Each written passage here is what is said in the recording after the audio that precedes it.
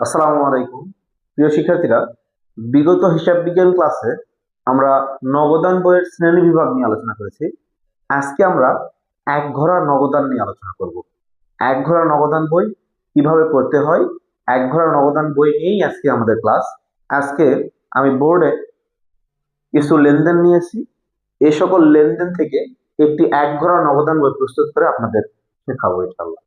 দেখেন, এক ঘোড়া নগদান বই হোক আর দুঘরা হোক আর তিন ঘরা নগদান বই হোক, নগদান বই করার পূর্বে আমাদের একটা কথা মাথায় রাখতে হয়। সেটা হলো নগদ লেনদেনগুলো যে বইতে লিপিবদ্ধ করা হবে সেটাই হলো নগদান বই। এখন আমি কিন্তু আপনাদের বিগত ক্লাসে এক ঘোড়া নগদান বইয়ের ছক, দুই ঘোড়া নগদান বইয়ের ছক, তিন ঘোড়া নগদান বইয়ের ছক দেখাই দিয়েছি। এক ঘোড়া নগদান বইয়ের ছকে শুধুমাত্র নগদ টাকা উল্লেখ থাকে।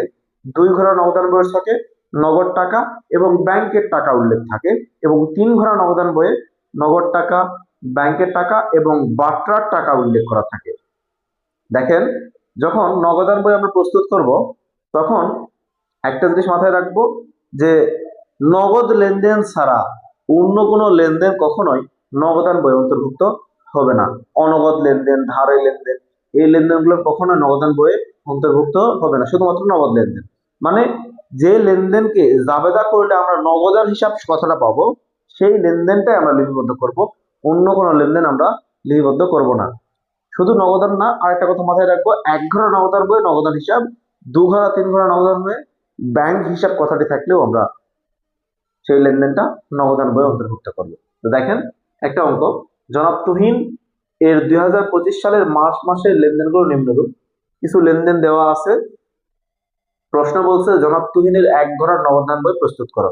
আমি আগেই নগদান বইয়ের যে ছক, সেই ছকটা নিয়েছি এখানে। আমি বিগত ক্লাসে আলোচনা করেছিলাম নগদান বই দুই পাশ, এক পাশে ডেবিট পক্ষ আর এক পাশে কি ক্রেডিট পক্ষ, এক পাশে প্রাপ্তি আর এক পাশে প্রদান। উভয় পাশে একই রকম ঘর থাকবে, তারিখ, প্রাপ্তি, ভাউচার নং, খতিয়ান পৃষ্ঠা, নগদ টাকা। তারিখ, প্রদান, ভাউচার নং, খতিয়ান পৃষ্ঠা, নগদ টাকা। দেখেন, ঘরগুলো কিন্তু সিমিলার, শুধু প্রাপ্তি আর প্রদান।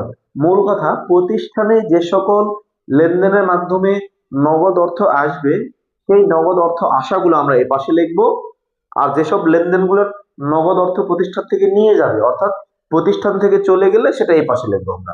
নগদ টাকা আসলে লিখবো ডেবিট পাশে, নগদ টাকা চলে গেলে লিখবো ক্রেডিট পাশে। দেখেন, এক নাম্বার, মাস এক, প্রারম্ভিক নগদ তহবিল 2500 টাকা। তাহলে 2500 টাকা, এটা কি প্রারম্ভিক নগদ তহবিল। মনে রাখবেন, এই প্রারম্ভিক নগদ তহবিল অর্থাৎ মানে মালিকের শুরুর যে টাকাটা, ব্যবসার শুরুর টাকা অথবা বিগত বছরের টাকা। তাহলে বিগত বছরের যে টাকাটা, এই টাকাটাকে বলা হয় ব্যালেন্স বিডি। এই টাকাটাকে বলা হয় ব্যালেন্স বিডি। এই ব্যালেন্স বিডির পুনরূপ হলো ব্রড ডাউন। ব্যালেন্স বিডির পুনরূপ কি ব্রড ডাউন, উপর থেকে আনিত। আমি কিন্তু আপনাদের যখন খতিয়ান করাইছি, খতিয়ান ক্লাসে বিডিসিডি কি জিনিস সেটা বোঝাই দিয়েছি, নতুন করে আর এখানে বোঝাচ্ছি না, খতিয়ান ক্লাসটা আপনারা দেখে নেবেন। তাহলে ব্যালেন্স বিডি কি দেখেন, এই যে প্রথম যে নগদ টাকা, প্রারম্ভিক নগদ তহবিল, এটাকে বলা হয় ব্যালেন্স বিডি। তাহলে আমরা লিখবো 2025 সাল মার্চ 1 ব্যালেন্স বিডি। মনে রাখবেন, নগদ টাকার ব্যালেন্স বিডি ডেবিট দিকে হয়। নগদ টাকার ব্যালেন্স বিডি ডেবিট দিকে হয়। মূলত যত সম্পদ আছে, এই সম্পদগুলার ব্যালেন্স বিডি সাধারণত ডেবিট দিকেই বসে, মানে বিগত বছরের জের। তাহলে জের গুলার সাধারণত সম্পদের জের ডেবিট দিকে বসে, দায়ের জের ক্রেডিট দিকে বসে, আয়ের জের ক্রেডিট দিকে বসে, ব্যয়ের জের ডেবিট দিকে বসে। মানে যেসব আইটেম গুলার ডেবিট হয়, যেসব হিসাবগুলার ডেবিট হয়, সেসবের জের ডেবিট দিকে বসে, আর যেসব হিসাবগুলার ক্রেডিট হয় সেসব হিসাবের জেরগুলার ক্রেডিট দিকে বসে। তাহলে নগদান হিসাব, এটা ডেবিট হয়, তাহলে নগদান হিসাবে ডেবিট জের বা ব্যালেন্স বিডি ডেবিট দিকে বসবে। তাহলে ব্যালেন্স বিডি আছে 2500, আমরা লিখে দিলাম। মার্চ 2 দেখেন, নগদ বিক্রয় 1000 টাকা, নগদে বিক্রয় করছি আমরা, তাহলে 1000 টাকা আমার ডেবিট দিকে আসতেছে, লিখে দেন মার্চ 2। কি লিখবেন আপনারা বলেন তো, এই টাকাটা আমরা কিভাবে পাইছি? বিক্রয় করে না? লেখেন বিক্রয় হিসাব, এটা সহজ নিয়ম। আবার যদি এটা এভাবে করতে চান, এই লেনদেনটার জাবেদা করবেন, জাবেদা করলেও হবে। যেমন দেখেন, এই নগদ বিক্রয় 1000 টাকা, জাবেদা কি হবে? নগদান হিসাব ডেবিট আর বিক্রয় হিসাব ক্রেডিট। তাহলে দেখেন, নগদান হিসাব এই যে ডেবিট দিকে লিখছি নগদ টাকা, আর বিক্রয় হিসাব বিপরীত কথা লিখে দিছি আমরা। এভাবে করতে পারেন। যেভাবে আপনারা খতিয়ান করছিলেন, খতিয়ান করেছিলাম না, ওই যে টি স্টকে খতিয়ান করেছিলাম না আপনাদের, টি স্টকে খতিয়ান আর এক ঘরে নগদান বই একদম সেম, সিমিলার, কোনো চেঞ্জ নাই। টি স্টকে সাধারণত সব লেনদেনগুলো আসে, যে যে হিসাব আপনি করতেছেন, আসবাবপত্র করলে, নগদ করলে, ব্যাংক করলে, সকল হিসাবে নির্দিষ্ট হিসাবগুলোর লেনদেনগুলো সবগুলো আসে। আর এই এক ঘরে নগদান বই শুধুমাত্র নগদ লেনদেনগুলো আসে, এই পার্থক্য দেখেন। তাহলে নগদে বিক্রি করলাম 1000 টাকা, ডেবিট দিকে 1000 টাকা বসালাম, বিক্রয় হিসাব লেখে দেখেন, নগদ ক্রয় 1500 টাকা। বলেন তো, ক্রয় করলে টাকা চলে যায় না? তাহলে চলে গেলে কোন পাশে লিখবো? ক্রেডিট পাশে 1500। 2025 মার্চ 4। অথবা যদি আপনি জাবেদা করেন, নগদ ক্রয় 1500 টাকা, জাবেদা কি হবে? ক্রয় হিসাব ডেবিট, নগদান হিসাব ক্রেডিট, নগদান হিসাব ক্রেডিট, নগদান হিসাব ক্রেডিট। তাহলে ক্রেডিট দিকে বসান আর বিপরীত কথা লেখেন ক্রয় হিসাব। যদি এত জাবেদা করতে ঝামেলা মনে হয়, তাহলে নর্মাল জিনিস ভাবেন, নগদান পেয়ে দেখেন 1500 টাকা ক্রয় করছি আমরা, ক্রয় করলে টাকা চলে যায়, ক্রেডিট দিকে বসাই দিলাম, কি বাবদ গেছে? ক্রয় বাবদ, ক্রয় হিসাব লিখে দিলাম। দেখেন, শফিককে প্রদান 1700 টাকা, তাহলে দেখেন 1700 টাকা প্রদান করছে মানে কি টাকা চলে গেছে। তাহলে 1700 টাকা লেখেন ক্রেডিট দিকে, কাকে দিচ্ছেন? শফিককে। তাহলে লেখেন শফিকের হিসাব, মার্চ 7, শফিকের হিসাব। যদি আমরা এটা জাবেদা করে করতাম তাহলে একই হতো, যে শফিকের হিসাব ডেবিট, নগদান হিসাব ক্রেডিট। দেখেন 1700 টাকা। তারপর কি আছে বলেন? পরের তারিখ, এই সরি শফিক না, এটা শরীফ, শরীফের হিসাব। তাহলে পরের তারিখ কত আছে দেখেন, বাকিতে ক্রয় 1500 টাকা। তাহলে এটা কোন দিকে লিখবো বলেন তো? আপনার একটু চেষ্টা করেন। তাহলে বাকিতে ক্রয় 1500 টাকা কোন দিকে লিখবো? ক্রয় মানে কি হয়? টাকা চলে যায়। নিশ্চয়ই ভাবতেছেন স্যার বাকিতে ক্রয় ক্রেডিট দিকে লিখবো। খবরদার না, এটা লেখা যাবে না। এই যে বাকিতে ক্রয়, এটা কিন্তু নগদ লেনদেন নয়, এটা নগদান বই অন্তর্ভুক্ত হবে না। আমি প্রথমে বলছি নগদান বই মানে কি, শুধুমাত্র নগদ লেনদেন গুলো লিপিবদ্ধ করা হবে। তাহলে এখানে এক গড় নগদান বই, শুধু নগদ লেনদেন লিপিবদ্ধ করবো। তাহলে বাকিতে ক্রয় করছি 1500 টাকা, এটা কি কোনোভাবে নগদান বই আসবে? জাবেদা করলে জাবেদা কি হবে বলেন তো? ক্রয় হিসাব ডেবিট, প্রদেয় হিসাব ক্রেডিট। কোনো নগদ কথা কি উল্লেখ আছে? নাই। তাহলে নগদান বইতে এটা আসবে না, আসবে না, আসবে না। মাথায় রাখবেন। মার্চ 20 দেখেন, রায়হানের নিকট 3800 টাকার পূর্ণ নিষ্পত্তিতে 3700 টাকা পাওয়া গেল। মানে রায়হানের নিকট 3800 টাকার পূর্ণ নিষ্পত্তিতে 3800 টাকা পূর্ণ নিষ্পত্তিতে 3700 টাকা পাওয়া গেল। এই যে একটা শব্দ আছে পূর্ণ নিষ্পত্তি, এই কথাটা অনেকে বোঝে না। পূর্ণ নিষ্পত্তি মানে কি? সম্পূর্ণ হিসাব শেষ। মানে রায়হান আমাদের কাছ থেকে, সরি, রায়হানের কাছ থেকে আমরা 3800 টাকা পাইতাম, 3800 টাকা পাইতাম, সে আমাদের 3700 টাকা দিছে আর তার হিসাবটা শেষ করে দিচ্ছে। মূল কথা 100 টাকা আমরা ছাড় দিচ্ছি। রায়হানের কাছে যখন 3800 টাকা আমরা পাইতাম, রায়হান বলতেছে কিছু ছাড় দিবেন না ভাই? ঠিক আছে, 100 টাকা কম দাও, 3700 টাকা দিল। রায়হানের কাছ থেকে কি আর আমরা দাবি রাখতে পারবো? পূর্ণ নিষ্পত্তি মানে কি? ওই হিসাবটা শেষ করে দেওয়া, বন্ধ করে দেওয়া, ক্লোজ করে দেওয়া, মানে একবারে ক্লোজ করে দেওয়া। পূর্ণ নিষ্পত্তি মানে এটা নিষ্পত্তি করে দেওয়া, শেষ করে দেওয়া। তাহলে রায়হানের নিকট থেকে 3800 টাকা মানে 3800 টাকার পূর্ণ নিষ্পত্তি 3700 টাকা প্রাপ্তি। তাহলে টাকা পাইছি আমরা 3700, বসান ডেবিট দিকে। কার কাছ থেকে পাইছি? রায়হানের কাছ থেকে। এখানে লেখেন মার্চ 20, রায়হানের হিসাব, রায়হানের হিসাব। দেখেন তো, ইজি না? অনায়াসে করতে পারবেন।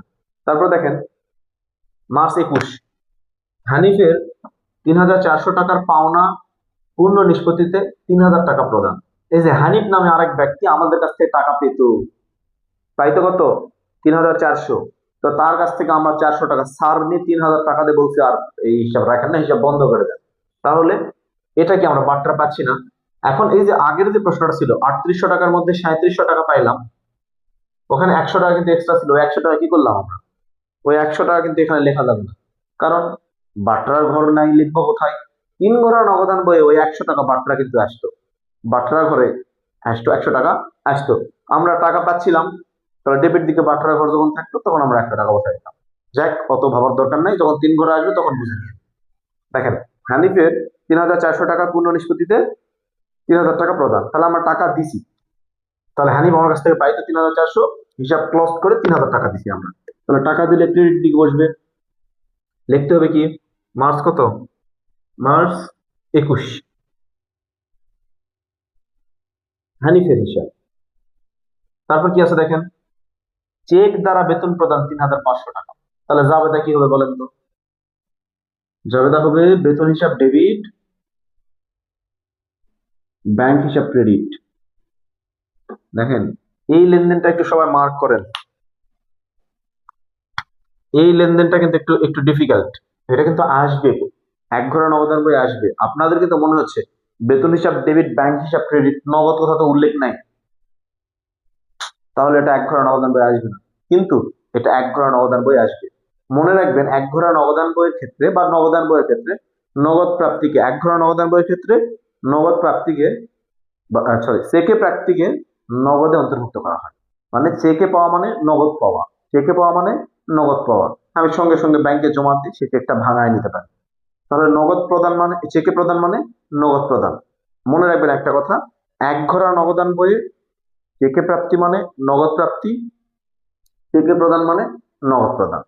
দেখেন, তাহলে এখানে আমরা এই জাবেদাটা যদি করি এভাবে, বেতন হিসাব ডেবিট, ব্যাংক হিসাব ক্রেডিট, এক্ষেত্রে দেখেন নর্মালি আমি কিন্তু সরাসরি এই নগদান বইয়ে এই লেনদেনটা অন্তর্ভুক্ত করতে পারবো না।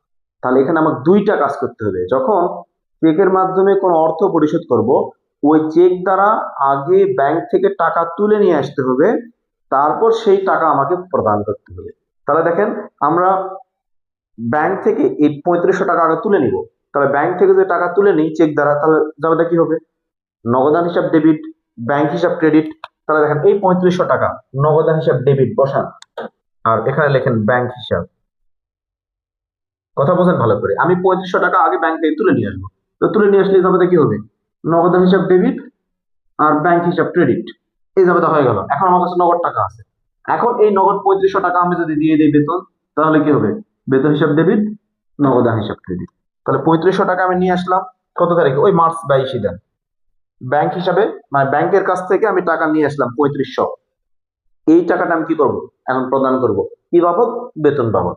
তাহলে মার্চ 22 বেতন হিসাব এই 3,500 টাকা। মানে যখন চেকে প্রদান করতে হবে এক ঘরে নগদান বইয়ে, তখন আপনারা কি করবেন, ওই চেক দ্বারা আগে ব্যাংক থেকে টাকা তুলে নিয়ে আসবেন, সেই টাকা প্রদান করবেন। এই হলো কথা। দেখেন, আর চেকে যদি পাওয়া যায়, যেমন দেখেন এটা এটা যে লেখা থাকে চেকে কমিশন প্রাপ্তি, চেকে কমিশন প্রাপ্তি, এখন তো আমরা নগদে করলাম। তাহলে মনে রাখবেন, চেকে প্রাপ্তি মানে নগদ প্রাপ্তি, কোনো কথা নাই। 5,000 টাকা বসান, এখানে লেখেন কমিশন হিসাব, কমিশন হিসাব মানে নগদ পাইলেও যেই কাজ হবে, নগদ ব্যাংক চেকের মাধ্যমে পাইলেও সেই কাজই হবে। কিন্তু চেকের মাধ্যমে প্রদান করলে আমরা লিখতে পারবো না সরাসরি এখানে নগদান বই, যার কারণে কি করতে হবে, আগে নগদ হিসাবে তুলে আনতে হবে। এই যে তুলে নিয়ে আসছি না, 3,500 টাকা তুলে নিয়ে আসলাম, এভাবে নগদ টাকা আগে তুলে নিয়ে আসবো, তুলে নিয়ে আসে সেই টাকাটা আমরা কি করবো, প্রদান করে দিব 3,500। দেখেন, আশা করি আপনারা বুঝতে পারছেন। দেখেন, মার্চ 29 কর পরিশোধ 2,000 টাকা। তাহলে কর পরিশোধ করলে যাবে কি হয়, কর হিসাব ডেবিট, নগদান ক্রেডিট, টাকা চলে যায় না, তাহলে 2,000 টাকা ক্রেডিট দিকে বসান। দেখেন, আমাদের লেনদেন গুলো কিন্তু সব বসানো শেষ। এখন আমাদের করণীয় কি, নগদান বইয়ে দেখেন অনেকে এই লেনদেন গুলো সব পোস্টিং দিতে পারে ঠিক মতো, কিন্তু এই শেষে এসে কাজ করতে পারে না। কোনো ভয় নাই, খুবই সহজ।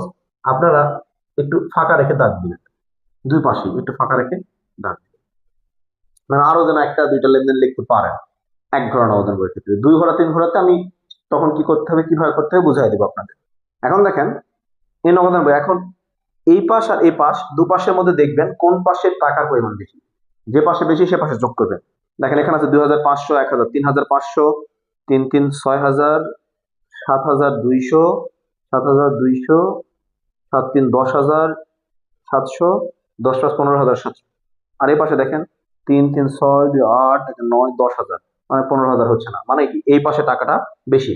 তাহলে আরেকবার ক্যালকুলেশন করি, 5 আর 3 8,000, 8 3 11, 11 1 12, 12 2 14, 14,000, এই 500 500 15,000, 15,700 টাকা। এই 15,700 টাকা বেশি হয়েছে, এই টাকাটা এই পাশে লিখবে, ক্লোজ করে দিবেন। এই 15,700 টাকাটাই এই পাশে নিয়ে আসবে, ক্লোজ করে দিবেন। দুইটার মানে হিসাব বিজ্ঞানের ক্লোজ আপনারা জানেন। এখন এই যে উপরে যে লেনদেনগুলো আছে না, যে আইটেমগুলো আছে, টাকার অঙ্কটা আছে, সবগুলো যোগ করেন। 3 2 5 3 8 1 9 1 10,000, 10,000, 11,700। তাহলে 15,700 থেকে 11,700 বাদ দিলে কত থাকে বলেন তো? 15,700 বিয়োগ 11,700 কত থাকে? 4,000 টাকা। এই যে 4,000 টাকা আছে, এই 4,000 টাকা বলা হবে ব্যালেন্স সিডি, ক্যারিড ডাউন। তাহলে আমরা এই যে মার্চ মাসের শেষ তারিখ, মার্চ 31, ব্যালেন্স সিডি কত টাকা? 4,000 টাকা। এই টাকাটা এখানে বসাই দিন। আর এই যে সিডি টাকা ছিল, এই সিডি টাকায় পরের মাসে আসে কি হবে? বিডি হয়ে যাবে। তাহলে দেখেন, যে পাশে সিডি হচ্ছে তার বিপরীত পাশে বিডি হবে। সিডিটা কোন পাশে হয়েছে? ক্রেডিট পাশে। তাহলে বিডিটা হবে ডেবিট পাশে। তাহলে মার্চের পরের মাস কি? এপ্রিল। এপ্রিল 1, পরের মাসের 1 তারিখে দেখবো আমরা ব্যালেন্স বিডি কত টাকা? ওই যে 4,000 টাকা যেটা ছিল এখানে, এই 4,000 টাকা নিচে লিখে দেখেন, খুবই ইজি। এক ঘোড়া নবদান বই কতটা ইজি। অনেকে মনে করবেন যে আমি গত ক্লাসে বলেছিলাম আপনাদের এক ঘোড়া নবদান বই পরীক্ষা আসে না, আসে 2 ঘোড়া 3 ঘোড়া। মনে করতে পারেন যে এক ঘোড়া করা লাগবে না, ত্যাগ করবো না। কিন্তু এই এক ঘোড়া নবদান বই যদি ভালো করে না করতে পারেন, 2 ঘোড়া 3 ঘোড়া করতে পারবেন না, অসুবিধা হবে। এটা করেন, এই এক ঘোড়া নবদান বই অবশ্যই এটা কিন্তু আপনার খাতায় তুলবেন, নোট করে ফেসবুক গ্রুপে আপনারা পোস্ট দিবেন, নিজের পরিচয় দিয়ে পোস্ট দিবেন ফেসবুক গ্রুপে। আর এর পরবর্তী ক্লাসে আমরা 2 ঘোড়া নবদান বই, 3 ঘোড়া নবদান বইগুলো ধারাবাহিকভাবে ইনশাল্লাহ করার চেষ্টা করব। সাথে নগদ প্রাপ্তি জাবেদা, নগদ প্রদান জাবেদা, খুচরা নবদান বই, অগ্রদত্ত খুচরা, তারপর খুচরা খরচের বিশ্লেষণ সংক্রান্ত, মানে যে কয়টা নগদান বই রোধে আছে আমরা ধারাবাহিকভাবে ইনশাল্লাহ একের পর এক করবো ইনশাল্লাহ। তো দেখেন, যদি আপনারা প্রপার ওয়েতে পড়াশোনা না করেন, কোনোভাবেই সম্ভব নয়। প্রথমত অনলাইন ক্লাস, খাতা কলম নিয়ে বসেন, খাতা কলম নিয়ে বসে প্রশ্নটা তুলে সুন্দর করে উত্তরটা যদি করেন, তবেই শিখতে পারবেন, কিন্তু তাছাড়া কিন্তু শিখতে পারবেন না। শুধু চোখের দেখা দেখে কখনো হিসাব বিজ্ঞান হয় না, এটা মাথায় রাখেন। চোখের দেখা দেখে কখনোই হিসাব বিজ্ঞান হবে না। হিসাব বিজ্ঞান এটা একটা ম্যাথ সাবজেক্ট, একটা গণিত সাবজেক্ট, আপনার খাতায় লিখতে হবে। যদি খাতায় লিখতে না পারেন, কখনোই আপনার হিসাব বিজ্ঞান হবে না। পড়াশোনা আপনার কাছে সব সময় মাথায় রাখবেন যে কেউ আপনাকে মোটিভেশন দিয়ে আপনাকে পড়াতে বসতে পারবে। জীবনটা আপনার, পড়াশোনাটাও আপনার। আপনি যদি ভালো করে পড়াশোনা করেন, ফিউচারে একটা ভালো লাইফ পাবেন। না পড়াশোনা করলে, বুঝতে পারতেছেন। আর অনেকে বলতে পারেন যে স্যার, ভালো পড়াশোনা না করেও তো অনেকে ভালো লাইফ লিড করতেছে। আসলে দেখেন, তাকদির বলে একটা কথা আছে। তবে আল্লাহ কখনোই পরিশ্রমীদের হতাশ করেন না, নিরাশ করেন না। লক্ষ্য করে দেখেন, যার কিছুই নাই, পরিশ্রম করে, সে দিন শেষে কিছু না কিছু করে। যে স্টুডেন্টরা ক্লাসের মধ্যে সবচেয়ে মেধাবী, মেধাবীটা পরিশ্রম করে না, দেখবেন সে এক সময় ধ্বংসের পথে চলে যায় আস্তে আস্তে। আর যে ক্লাসের স্টুডেন্টটা সবচাইতে দুর্বল, মেধা নেই, মনে রাখতে পারে না, বুঝতে পারে না, দেরিতে পড়া মাথায় ঢোকে, সেই স্টুডেন্টরা প্রচন্ড পরিশ্রম করে, দেখবেন সেই স্টুডেন্টরা একদিন উন্নতির চরম শিখরে পৌঁছে যায়। মূল কথা মাথায় রাখেন, মেধা কম বেশি সবার থাকে, কম বেশি থাকে। হ্যাঁ, হতে পারে কারো মেধা বেশি, কারো মেধা কম। আপনাকে হতে হবে জঘন্য লেভেলের পরিশ্রম। যদি পরিশ্রম হতে পারেন, সফল হবেন। জীবনের সকল ক্ষেত্রে, সকল কিছুতে পরিশ্রমী হতেই হবে, কিছু করার নাই। যদি পরিশ্রম হতে না পারেন, সফলতা আপনার জন্য না। যে পরিশ্রমী সেই সফল। ঠিক আছে, সবাই ভালো থাকবেন। একটু বেশি মোটিভেশন দিয়ে ফেললাম হয়তো। দেখ, অবশ্যই মোটিভেশনের চেষ্টা করবেন আপনারা, রেগুলারিটি মেনটেন করবেন, ভালো করে পড়বেন। ইনশাল্লাহ আশা করি আপনাদের ক্যারিয়ারও অনেক ব্রাইট হবে। সবাই ভালো থাকবেন, সুস্থ থাকবেন। দেখা হবে পরবর্তী ক্লাসে। আসসালামু আলাইকুম।